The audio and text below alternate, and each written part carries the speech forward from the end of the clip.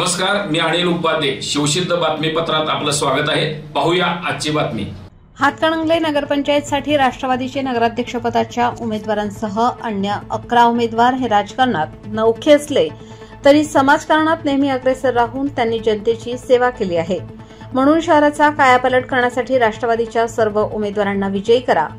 हातकणंगलेचा पाण्याच्या प्रश्नासह सर्व समस्या कायमस्वरूपी सोडवल्या जातील असे प्रतिपादन नामदार हसन मुश्रीफ यांनी केले.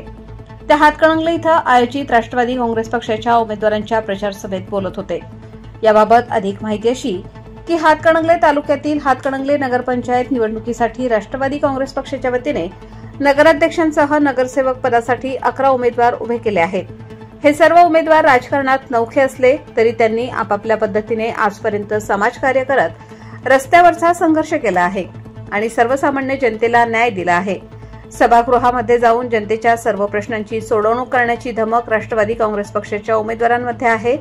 शहरातील पाण्याचा प्रश्न गंभीर असून यासह अनेक विविध योजना राबवण्यासाठी मी स्वतः निधीची उपलब्धता करून देईन. राष्ट्रवादीच्या कार्यकर्त्यांनी केवळ राजकारण न करता जनतेच्या घरापर्यंत जाऊन त्यांना शासकीय योजनांचा लाभ मिळवून द्यावा, त्यासाठी लागेल ते सहकार्य करण्याची मी ग्वाही देत आहे.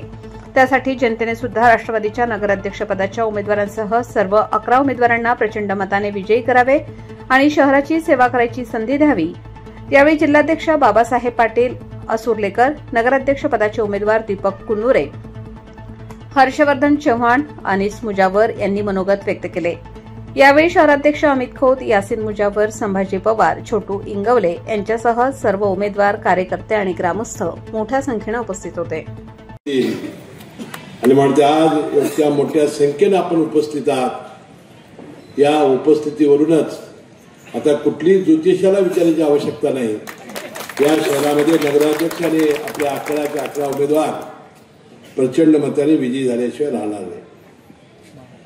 बरोबर, नगरपालिकेच्या निवडणुकीमध्ये सत्ता आपल्याला का हवी आहे?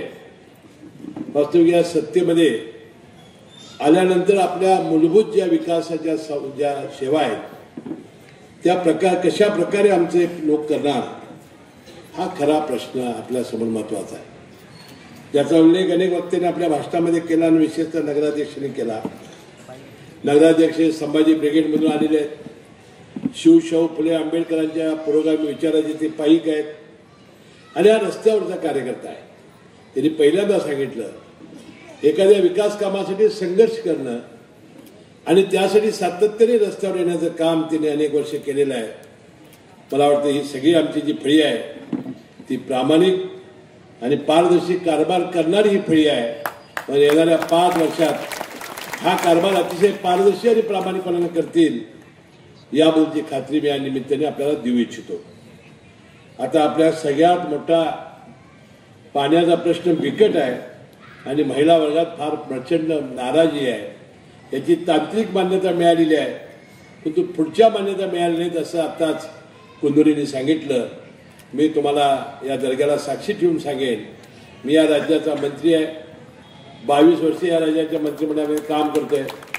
आपल्याला ही सत्ता जर दिलीत तर 2 महिन्यातच या पाण्याचा प्रश्न मार्गी लावल्याशिवाय राहणार नाही असा विश्वास मी या निमित्ताने व्यक्त करतो. बंधूभगिनींनो, ज्याचा उल्लेख बाबासाहेब पाटलांनी केला की आपली नगरपालिकेमध्ये ज्या कागल शहराची तर ज्या मूलभूत विकासाच्या जे कामं आहेत त्यामध्ये पाण्याचा प्रश्न, आरोग्याचा प्रश्न, कचऱ्याचा प्रश्न, आपल्या गावातील रस्ते, ड्रेनेज, अंडरग्राऊंड गटर्स, अनेक दिवस आपल्या रेल्वेच्या बोगदामध्ये अपघात होतात ती परिस्थिती, अनेक वर्षापासून आपला गावठाण विस्तार वाढ झालेली नाही हे प्रश्न, आणि आपल्या गावामध्ये क्रीडा संकुल नाही, अल्पभूधारक शेतकऱ्यांच्या क्षेत्रातून पडलेले आरक्षण आहेत, हे सगळे प्रश्न सोडण्यासाठी ही सत्ता 5 वर्षासाठी आमच्या हातामध्ये द्या.